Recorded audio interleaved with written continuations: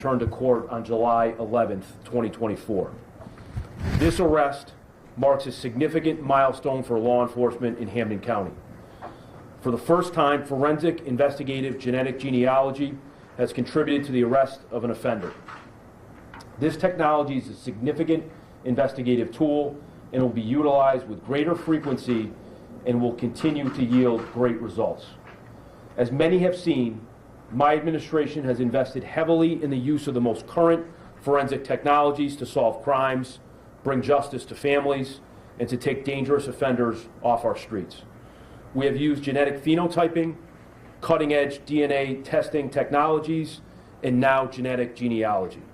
Our efforts will continue to leverage those technologies to solve crimes in ways that are lawful and constitutional, and with a focus on criminal justice for our communities and for our victims and survivors of crime. On Sunday, July 23rd, 2000, just before noon, a sexual assault was reported to the Holland Police Department. Massachusetts State Police troopers assigned to the local barracks and the State Police Detective Unit assigned to this office immediately responded to the scene on Sand Hill Road in the town of Holland. Responding troopers from the Massachusetts State Police Air Wing and K-9 units joined the search, all actively assisted in looking for a suspect. The crime in question is undoubtedly horrific. The victim, an adult female, had been walking on Sand Hill Road in the middle of the day on a Sunday when she was grabbed from behind, pulled off the roadway, and dragged into the nearby wood line. She then was sexually assaulted by an unknown white male. In the preceding days, weeks, and months, investigators from both the Massachusetts State Police and Holland Police Department extensively canvassed the area and interviewed dozens of people.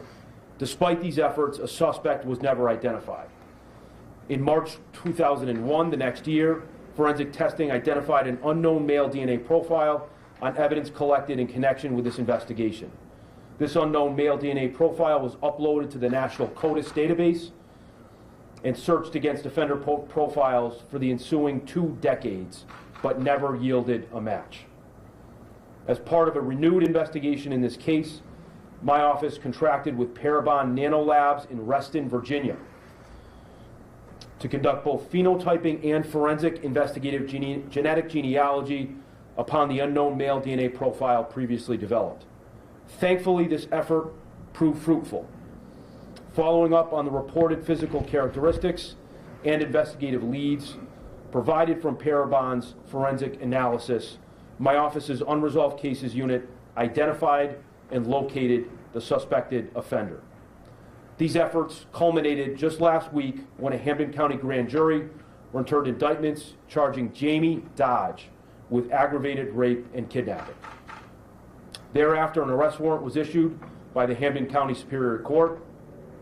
Jamie Dodge was apprehended on the arrest warrant yesterday, May 7th, 2024, by my office's State Police Detective Unit.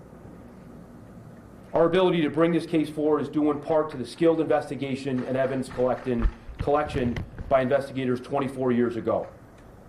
This development is also a great credit to the investigators in my office's Unresolved Cases Unit and our ongoing mission to never forget victims and survivors still searching for justice and closure.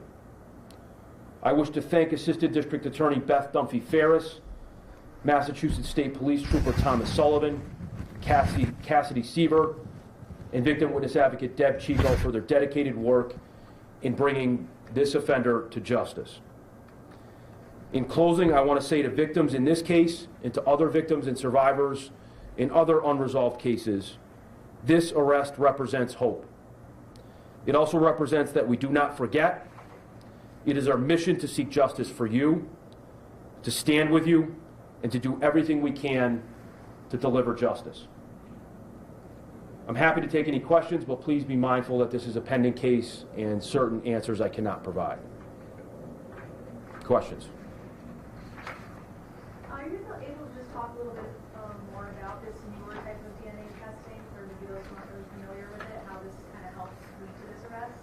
Sure. Genetic genealogy sort of saw its advent in 2018, really, in the first notable case in which it was involved. and that's the Golden State Killer in California. Series of horrific crimes that went unsolved for decades. Investigative genetic genealogy was a part of solving that crime and bringing an offender to justice. It's been used a couple of times here in Massachusetts in criminal cases, and it is really kind of the cutting edge of forensic technology at this point, being used for criminal cases. And it's an investigative tool, not unlike a witness reporting something to police or a video. It's used to solve a crime. It doesn't necessarily solve the crime, right? There's further testing and further investigation required. But essentially it uses folks' profiles that have made it into a database that is lawfully accessed by law enforcement. And analysts who are specialized in this field can take segments of an unknown profile and then compare it to other known profiles and figure out essentially a family tree and determine that there are relatives to a particular person who is your offender. And it's miraculous stuff, and the reports that are generated are really fascinating. And when you merge investigative genetic genealogy and what is publicly accessible through social media, these investigations are really going to be very impactful. This case is a great example. This is a case over 20 years without any answers for a victim who was grievously harmed by this awful event. So we're going to continue to use this and bring justice for survivors and victims and for communities.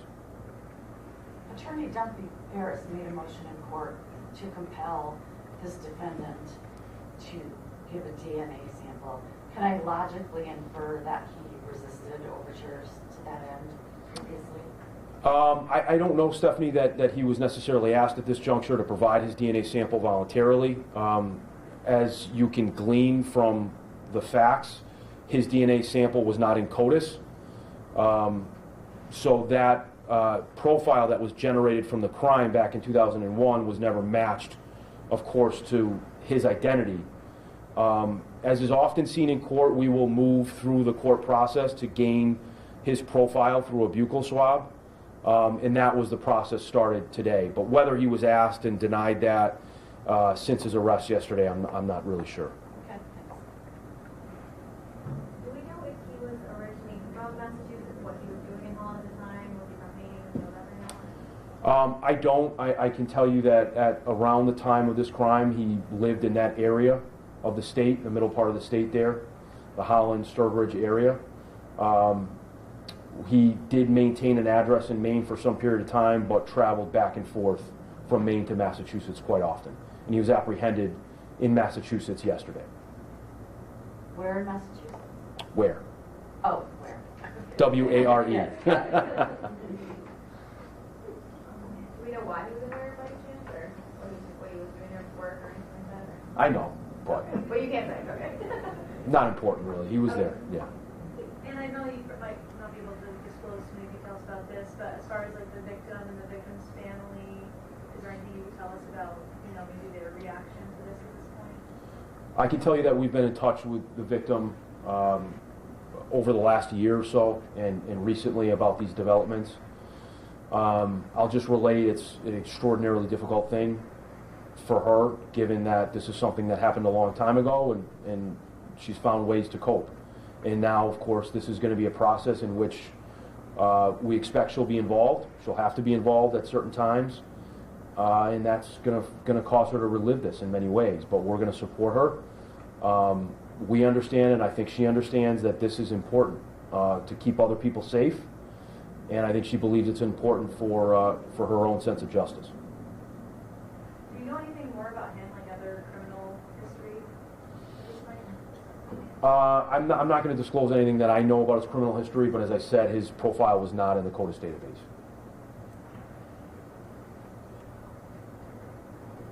Anything else? I just want to again thank everyone involved.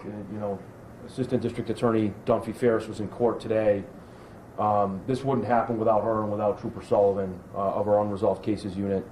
They're doing incredible things. I stood here a mere 5 days ago announcing a conviction in a nearly 58-year-old murder case. So the work we're doing is extraordinarily important, and I couldn't be more proud.